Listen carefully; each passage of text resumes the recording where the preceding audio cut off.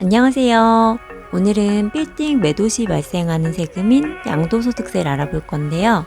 빌딩 취득이나 보유 시 발생하는 세금은 절세를 할 수 있는 부분이 크게 없는데, 양도세의 경우는 필요경비나 장기 보유 특별공제라든지 명의를 공동으로 한다든지 법인으로 한다든지 등 미리 알아두면 적게는 몇천만 원에서 크게는 몇 억까지 아낄 수 있는 팁도 있고요. 또 요새 법인으로 매수를 하시려는 분들을 위해 개인 양도소득세와 법인세 차이가 얼마나 나는지 실제 사례를 가지고 계산해 보았습니다. 오늘은 꼭 끝까지 시청하시고, 양도소득세는 특히 좀 어려워서 여러 번 돌려서 보세요.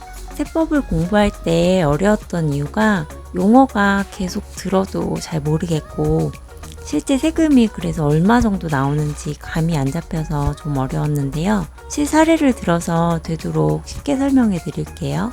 저는 처음에 세법 공부할 때 가장 기초적인 단어인 양도라는 말도 굉장히 헷갈렸었어요. 이게 매도를 뜻하는 건가? 그럼 취득인가? 매도인가? 이게 매번 굉장히 헷갈렸었는데, 양도는 매도라고 기억하시면 돼요. 그리고 과세표준은 세금 낼 때 기준이 되는 금액을 뜻합니다. 본격적으로 빌딩의 양도소득세 계산 구조를 알려드릴게요. 양도소득세는 과세표준 곱하기 세율입니다. 과세표준부터 시작해 볼게요. 양도소득세는 순서가 매우 중요한데요. 세법 공부할 때 교수님이 알려주신 방법인데, 양, 필, 자, 장, 소, 기, 세 이렇게 순서를 외워두시면 어떻게 되는지 잘 기억나실 거예요.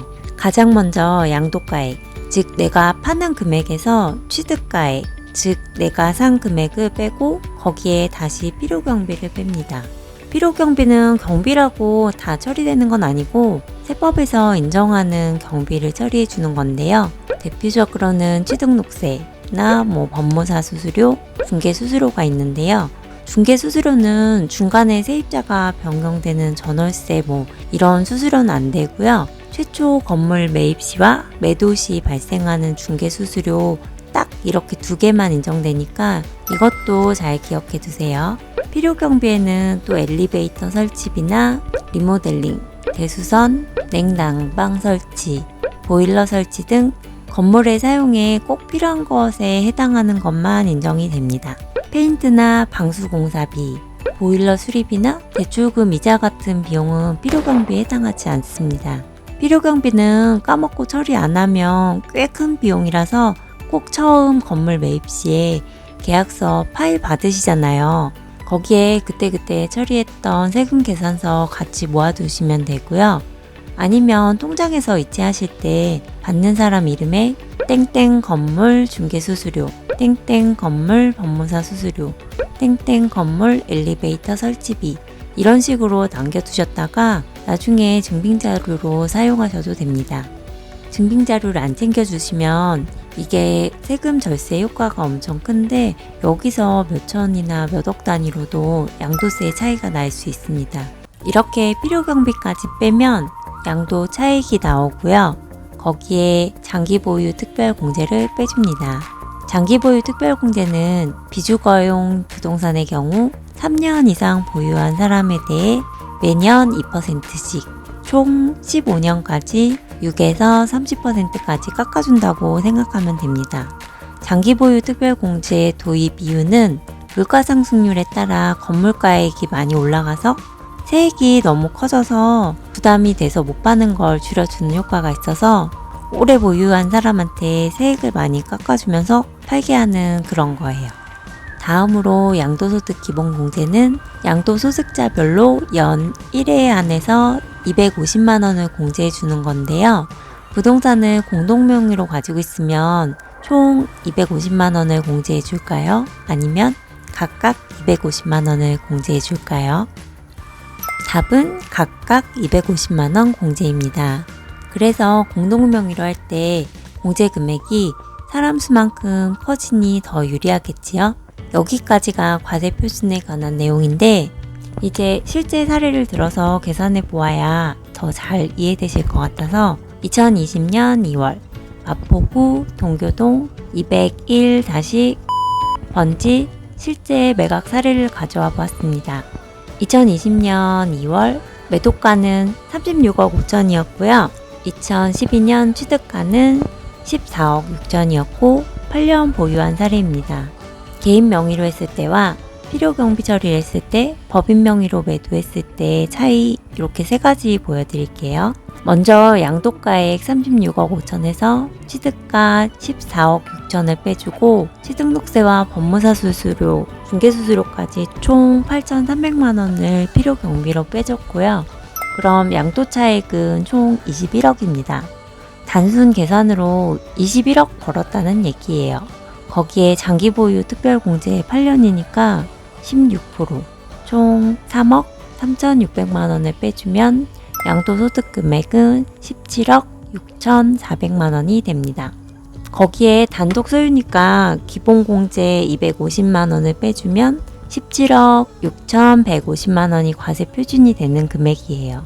이 매도인이 실제 번 양도차익은 21억이지만 세법상 뭐 이런저런 공제를 해주니까 17억 6,150만 원이 세금 매기는 기준인 과세 표준이 된다는 얘기예요. 다음은 세율입니다. 1등의 경우 1년 이내에 팔면 세율이 50%고요. 2년 미만의 경우는 40%, 2년 이상이 되면 6에서 42%의 누진세가 됩니다. 그래서 빌딩은 최소 2년 이상 보유하시는 게 좋습니다. 이번 사례의 경우는 5억 초과 구간이니까 아까 구했던 과세표준 17억 6,150만 원에 42% 세율 구간을 적용받아서 곱하면 총 7억 3,983만 원이 되고요. 누진공제 3,540만 원을 빼주면 양도세액은 약 7억 443만 원이 됩니다. 개인의 경우 21억 벌어서 세금은 7억 443만 원 낸다는 얘기예요. 두 번째로 개인으로 했을 때 대수선하고 그 엘리베이터 설치했을 때 필요경비 설치한 경우를 해봤는데요. 아까 필요경비에서 만약에 이 건물을 리모델링으로 한 3억 쓰고 엘리베이터 설치비를 1억 정도 썼다고 치면 필요경비가 4억 8,300이 돼서 양도차익이 17억 700만 원이 됩니다. 여기에 장기보유 특별공제 해주고 양도소득 기본공제까지 해주면 과세표준이 14억 3,138만 원이 됩니다. 여기서 세율 42% 해주고 누진공제 빼면 총 세액은 약 5억 6,707만 원이 됩니다. 아까 계산한 금액이 7억 443만 원이니까 필요경비 영수증 안 챙겼으면 무려 1억 4천만 원 정도 손해볼 뻔했네요. 가끔 공사업자들이 부가세 10% 안 하고 깎아준다고 하시는 경우도 있는데 그거 아까워서 세금계산서 안 받으시면 부가세뿐만 아니라 양도소득 금액에서도 비용 처리를 할 수 없으니까 차라리 10% 더 주시고 부가세 내시는 게 낫고 특히나 건물의 경우는 금액 단위가 크기 때문에 필요경비 영수증을 잘 챙겨놔야겠지요. 이번에는 세 번째로 법인 소유일 경우 양도세를 알아볼게요. 법인의 경우는 양도소득세라는 말이 없고 법인세를 냅니다. 법인의 경우는 2억 이하는 10%의 세율이고요. 2억 초과해서 200억까지는 20%의 세율이고 법인의 경우 아주 매출이 많아도 최대 25%입니다. 법인의 경우 장기보유 특별공제나 기본공제가 없어서 해당 사항이 없고요. 양도차액에 바로 세율 20%를 곱하고 누진공제 2천만 원을 빼면 약 4억이 됩니다. 법인의 경우 같은 21억을 벌어서 세금은 약 4억을 낸다는 얘기예요. 개인하고 법인의 경우 계산해 보니까 차이가 딱 보이시죠? 차이가 무려 3억 443만 원이나 나네요. 약 2배 정도 차이가 납니다. PT수첩에서 간물주 편 찾아본 사례인데요. 실제로 많은 분들이 요새 부동산 법인 설립에 관심이 많으시고 절세 방법으로 법인 설립을 고려하고 계신 것 같아요. 하지만 법인으로 설립했을 때는 개인처럼 그냥 다 내 돈이다 하고 가져가실 수 없고 법적인 절차에 맞게 가져와야 됩니다. 그렇지 않으면 뉴스에서 자주 보시는 배임, 횡령의 문제가 발생될 수 있고요.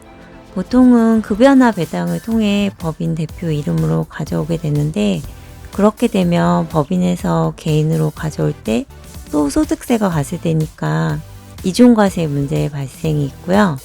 법인의 경우 복식 기장을 의무적으로 해야 되기 때문에 기장 수수료라든지 법인 사무소 운영비처럼 유지의 비용을 좀 고려해야 되고요.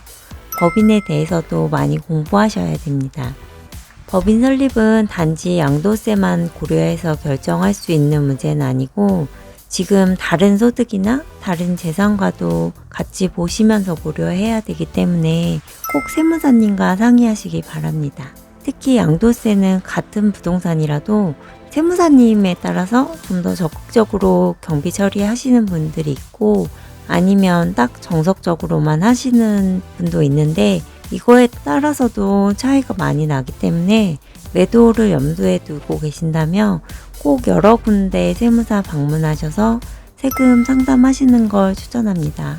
오늘은 빌딩 양도에 관한 세금에 대해서 알아보았는데요. 도움이 되셨나요? 내용이 좋으셨다면 구독과 좋아요 눌러주세요.